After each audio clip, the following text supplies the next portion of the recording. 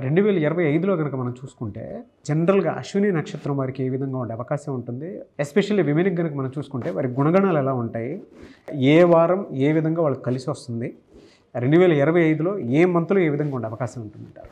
కాలచక్రంలో మొట్టమొదటి నక్షత్రం అశ్విని అండి. అంటే వేదపరంగా మనం తీసుకుంటే కృత్తికా నక్షత్రం నుంచి మొదలుపెట్టినా సరే, కానీ కాలచక్రం ప్రకారము అశ్విని నక్షత్రాన్ని మనం మొదలు పెడతాం. సో అశ్విని నక్షత్రాన్ని గురించి శాస్త్రం ఒకటి చెప్పిందండి. తురగముఖ అశ్విని త్రీణి అంటుంది.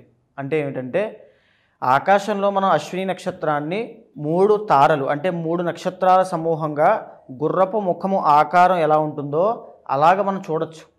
ఇప్పటికీ కూడా ఎవరైనా అశ్విని నక్షత్రం వాళ్ళు చూస్తూ ఉంటే మీ నక్షత్రం ఎలా ఉంటుందని మీకు కుతూహలం ఉంటే టెలిస్కోప్ ఆధారంగా కానీ ఇప్పుడు వచ్చిన కొన్ని యాప్స్ ఆధారంగా కానీ మీరు చూడొచ్చు, దర్శనం చేసుకోవచ్చు.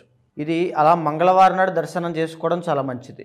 ఒకవేళ మీకు డేట్ ఆఫ్ బర్త్ లేదు, మీది అశ్వినియా కాదా అనేటువంటి సందేహం మీకుంటే జన్మనామంలో అంటే మీ యొక్క పేరులో చూ చే చో లా అనేటువంటి అక్షరాలు కనుక మీకు ప్రారంభమైతే మీది అశ్విని నక్షత్రము.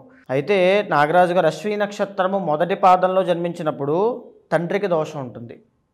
మొదటి పాదంలో జన్మించిన ప్రతి ఒక్కరికి కూడా ఏదో ఒక కర్మతో పుట్టారు వాళ్ళు. వాళ్ళ వల్ల తండ్రికి ఖచ్చితంగా దోషం ఉంటుంది. ఆరోగ్య ఇబ్బందులు కానీ ఆర్థిక నష్టాలు కానీ ఖచ్చితంగా ఉంటాయి.